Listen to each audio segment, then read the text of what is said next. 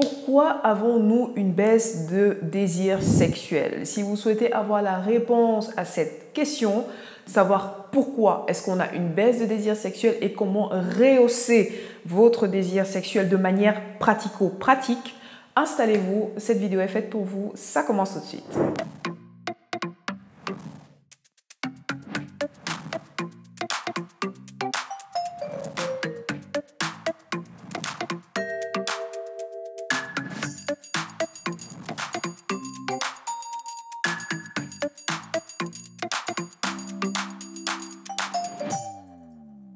Hello my people, comment ça va? Bienvenue dans cette nouvelle vidéo. Pour ceux et celles qui découvrent la chaîne via cette vidéo, je suis Dr Paul Moko et sur le Max Santé, nous parlons de santé, de bien-être et d'épanouissement intime et sexuel. Alors si ce sont des thématiques qui vous intéressent, je vous invite à vous abonner et activer la cloche de notification pour être prévenu à chaque fois que nous postons une nouvelle vidéo. N'hésitez pas à télécharger votre cadeau de bienvenue, e-book gratuit, les 10 commandements d'une sexualité épanouie et à nous rejoindre sur nos réseaux sociaux, le Max Santé sur Facebook et sur Instagram pour davantage de contenu sur notre éducation sexuelle. Maintenant, nous pouvons rentrer dans le vif du sujet. Alors, j'avais fait précédemment une vidéo sur le désir sexuel, comment améliorer son désir sexuel, mais dans la vidéo d'aujourd'hui, j'aimerais aborder un cas pratico-pratique parce que dans les précédentes vidéos que j'ai tournées, j'ai eu le sentiment qu'il y avait une incompréhension quant à la prise en charge de la baisse de désir sexuel pour les hommes comme pour les femmes.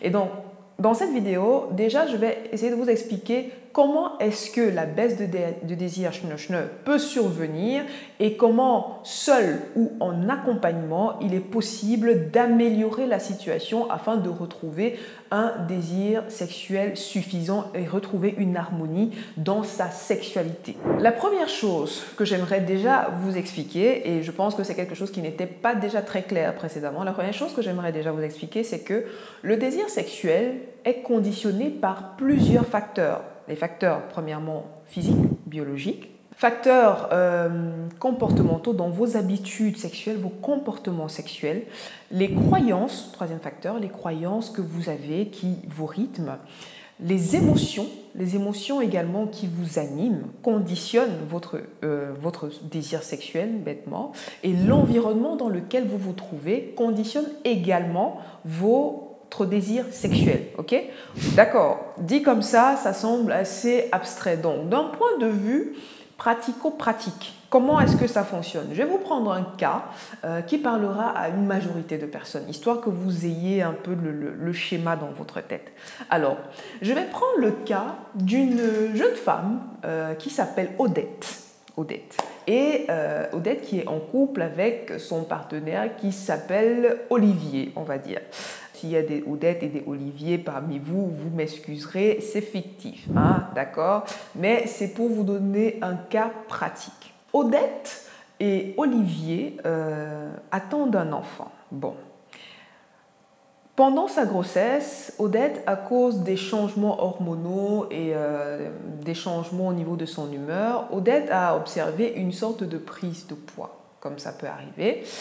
Et puis, il s'avère qu'au moment de l'accouchement, Odette a subi une épisiotomie, c'est-à-dire qu'on a fait une incision un peu en biais au niveau de la fourchette, un peu en décalé de la fourchette vaginale, pardon, pour faciliter justement la sortie du bébé. Et puis après l'accouchement, on fait des points de suture pour remettre tout ça en place.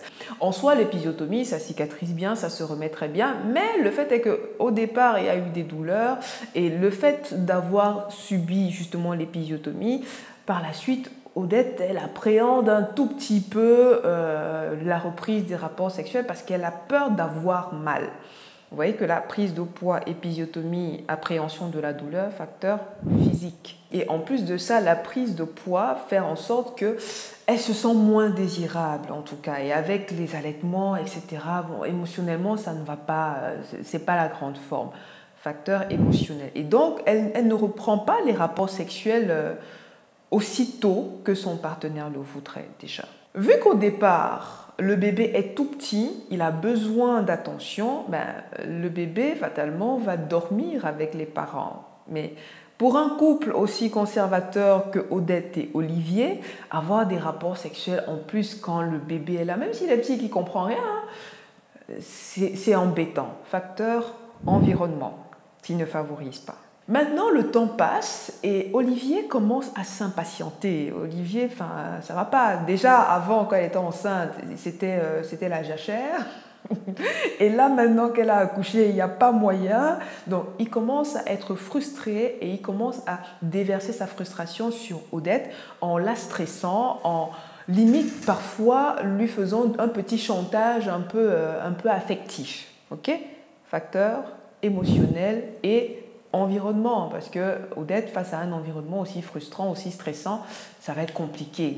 Ce sera difficile pour elle d'éprouver du désir sexuel, en fait. Maintenant, à cause de ces menaces-là, Odette commence à réfléchir, à psychoter, elle a peur d'une rupture compte tenu du contexte avec le bébé, elle appréhende, elle se dit punaise, est-ce qu'il faut que je me force? Et puis finalement elle se dit non, je vais me forcer à avoir des rapports sexuels avec lui par devoir, croyance. Et du coup c'est comme ça qu'elle se force à avoir des rapports sexuels avec son partenaire par devoir, du fait de ses croyances, et que parce qu'elle est tellement stressée, eh bien, le rapport sexuel devient douloureux, physique. Maintenant que le rapport sexuel a été douloureux, pour les fois à venir, Odette va user de stratagèmes pour éviter délicatement les avances de son partenaire. Comportement. Donc, vous voyez que dans une situation donnée, il y a plusieurs paramètres qui vont contribuer à dégrader, à faire baisser le désir sexuel, okay? Aussi bien pour la femme que pour l'homme. Maintenant, comment est-ce qu'on peut agir pour améliorer les choses et permettre que Odette et Olivier retrouvent une belle harmonie? Première chose sur laquelle on peut agir, c'est éventuellement le facteur physique. Déjà, pour Odette, il s'agirait de faire de la rééducation périnéale par de la kiné et également des massages au niveau de sa vulve afin d'apaiser les sensations de douleur pour qu'elle se refamiliarise, si vous voulez, avec son périnée en douceur. Okay? Elle peut allier à ça une reprise d'activité physique de manière très douce afin qu'elle se sente de nouveau confiante dans son corps. En fait. Deuxièmement, on peut agir sur le facteur émotionnel et agir comment? En améliorant la communication entre Odette et Olivier et en permettant déjà à Olivier d'exprimer sa frustration sans nécessairement stresser Odette, donc qu'il exprime sa frustration dans un jargon, dans des termes différents et amener Odette également à expliquer aussi son ressenti. Et surtout que Olivier comprenne ce par quoi Odette est en train de passer, par exemple. Donc, on améliore le terrain de conversation aussi pour améliorer le contexte émotionnel. Troisièmement, on peut agir sur l'environnement. On peut agir sur l'environnement, c'est-à-dire envisager tout doucement de faire dormir le bébé dans une autre pièce, éventuellement avec un babyphone au départ, mais envisager de faire dormir le bébé dans une autre pièce afin que le couple puisse retrouver son intimité de couple. Quatrièmement, il s'agira peut-être d'agir au niveau des croyances et expliquer à Odette et à Olivier qu'un rapport sexuel où l'un des partenaires se force par devoir est un rapport sexuel qui est la porte ouverte à des frustrations et à des troubles sexuels. Et donc, déconstruire vraiment cette croyance-là et entretenir le fait qu'il faut encourager, qu'il faut draguer, qu'il faut stimuler, qu'il faut mettre l'autre dans les bonnes conditions pour que l'autre soit favorable à avoir ce moment d'intimité avec nous. Et si l'autre n'a vraiment pas envie, il ne faut pas se forcer non plus. Et cinquièmement, on peut agir sur les comportements et encourager les deux, Odette et Olivier, à se créer un nouveau cocon. Un cocon où ils se retrouvent tous les deux et encourager Odette, au lieu de fuir à chaque fois que son partenaire lui fait des sollicitations, lui propose des sollicitations sexuelles, l'encourager plutôt à discuter avec lui, lui parler de ses appréhensions, de ses frustrations au lieu de s'enfuir en douce et peut-être envisager dans un premier temps, si le rapport sexuel avec pénétration est douloureux, envisager dans un premier temps de procéder autrement, étape par étape, par d'autres partages intime qui exclut dans un premier temps la pénétration. Donc voilà comment est-ce qu'on peut procéder seul ou en accompagnement si seul ça n'a pas été possible éventuellement. Donc voilà, si vous désirez aller plus loin, je vous invite également à réserver une consultation avec moi. Je vous mettrai le lien pour réserver vos consultations en barre d'informations. N'hésitez pas. Et ma foi, n'hésitez pas à liker la vidéo, à partager afin d'aider un maximum de personnes, à vous abonner si ce n'est pas encore fait, à liker. Et quant à moi, je vous dis à très vite dans une prochaine vidéo. D'ici là, prenez grand soin de vous et à très bientôt. Salut!